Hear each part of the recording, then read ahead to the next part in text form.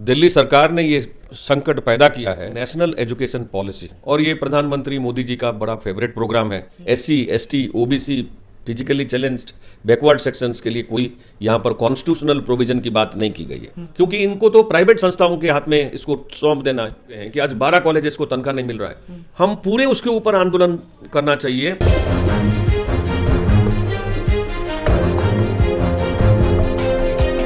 मैं इस वक्त दिल्ली यूनिवर्सिटी में मौजूद हूँ। आज धरना प्रदर्शन भी किया गया है क्योंकि कहा जा रहा है कि जो प्रोफेसर है उनको सैलरी नहीं मिल रही है, और उसके बाद DU में जो है चुनाव भी होने वाले हैं। इस मुद्दे पर भी बात करेंगे, NEP को लेकर हम चर्चा करेंगे।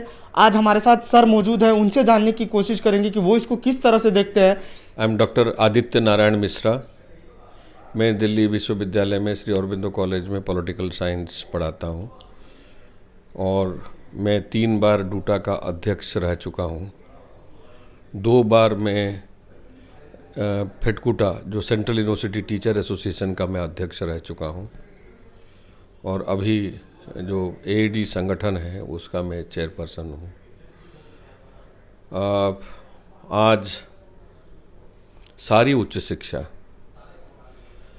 एक बहुत गमगीन स्थिति से गुजर रही है, और वो स्थिति ऐसा होगा हमने कभी सोचा भी नहीं था। आज हमने धरना किया, डूटा का कॉल था, हम लोगों ने धरना किया। इसके ऊपर तो बहुत पहले बहुत कुछ कार्यक्रम हो जाना चाहिए था।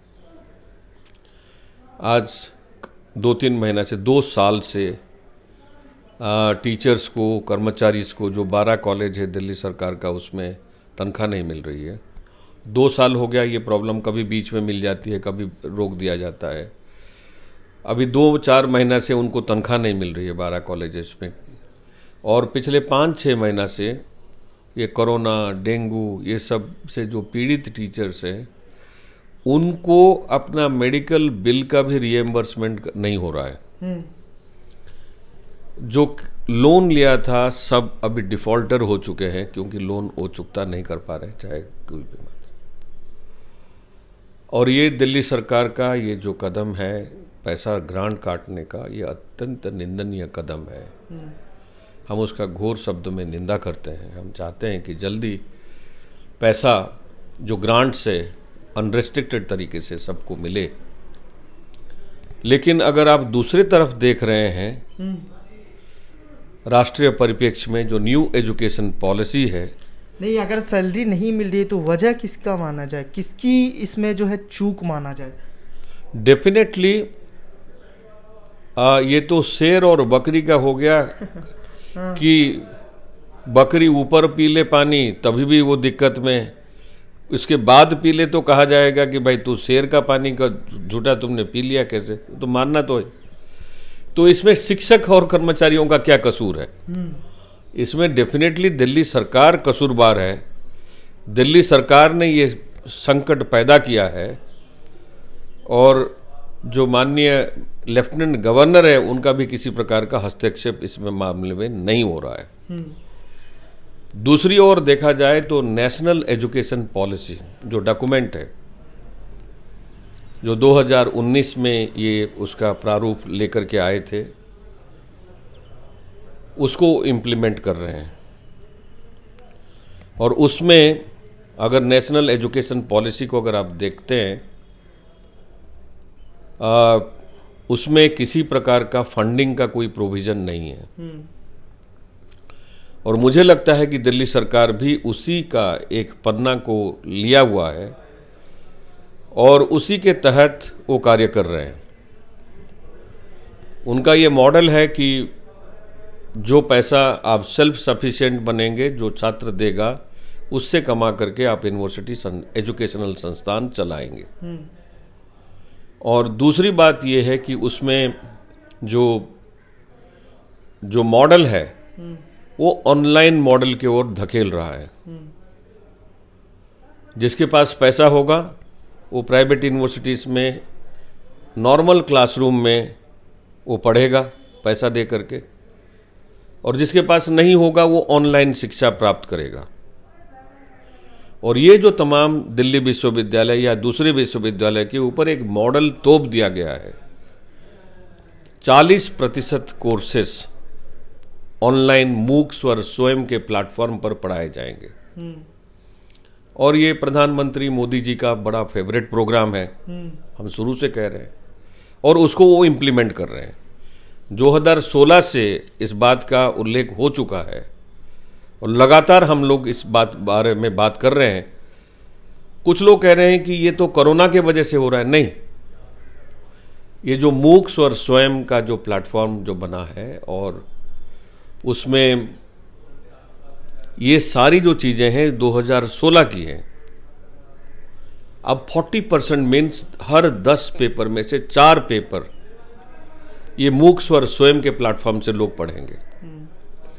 इसके बाद स्टूडेंट्स के पास ये ऑप्शंस होंगे कि वो क्रेडिट कोर्सेस कर सकते हैं। सुनने में तो बहुत अच्छा लगता है, लेकिन हकीकत में ये होगा कि क्लासरूम का निर्धारित संख्या नहीं बनेगा कभी भी और स्टूडेंट भटकेंगे इधर उधर, आपका वर्कलोड नहीं बनेगा। और जो डिफ़िकल्ट सब्जेक्ट्स है, स्टूडेंट्स छोटा मोटा यूनिवर्सिटी से जा करके पैसा दे करके वो क्रेडिट कमा करके आ जाएंगे। उनका शिक्षा भी बाधित होगा और शिक्षकों का वर्कलोड नहीं रहेगा। तो आप लोगों का इस पर क्या स्टैंड है? इसलिए न्यू एजुकेशन पॉलिसी में किसी भी परमानेंट फैकल्टी का कोई जिक्र नहीं किया गया है। उसमें वो कभी किसी को परमानेंट रूप में नहीं देखना चाहते हैं। उसमें guest faculty, exact faculty, contractual faculty, rolling faculty और जिस संस्था को एक्सीलेंट बनना है, एमिनेंस, इंस्टीट्यूशन ऑफ एमिनेंस बनना है, वो 24% फॉरेन फैकल्टी भी लगाए, एक्सटेंडेड प्रोबेशन करे। इसका मतलब हर समय में शिक्षक के ऊपर एक तलवार लटकता हुआ मिले कि अगले दिन उसका इस संस्थान में उसका योगदान हो पाएगा या नहीं हो पाएगा। ऐसे परिस्थिति में कौन सा शिक्षक सही योगदान देगा? क्योंकि जो शिक्षक डरा हुआ क्लासरूम में जाएगा, वो दूसरे को क्या समाज में कंट्रीब्यूट करने के लिए या खुले मन से लोकतांत्रिक व्यवस्था में अपनी बातों को रखने के लिए कभी प्रेरित नहीं कर पाएगा। और ये एक सोची समझी साजिश है। दुर्भाग्य की बात है कि पिछला एग्जीक्यूटिव काउंसिल का मीटिंग में ये सब कुछ दिल्ली विश्वविद्यालय में पारित हो चुका है और दूसरे विद्यालयों में भी पारित हो चुका है। हम लोगों ने अपने तरीके से हर प्रकार का कोशिश किया, लेकिन दुर्भाग्य की बात है कि जो लीडरशिप है और जो दल सरकार के क्लोज माने जाते हैं, जो सरकारी दल है, शिक्षक दल, इन्होंने उसका विरोध नहीं किया। यहाँ तक विरोध नहीं किया कि यहाँ कोई फंड नहीं आएगा जो स्टूडेंट का कंट्रीब्यूशन से चलेगा, जहाँ वर्कलोड सही नहीं होगा और इसमें किसी प्रकार का रिजर्वेशन का भी प्रावधान नहीं। मतलब छात्रों का जो रिजर्वेशन है, जिसमें समाज में सामाजिक परिवर्तन में शिक्षण संस्थान एक अहम भूमिका निभाती है।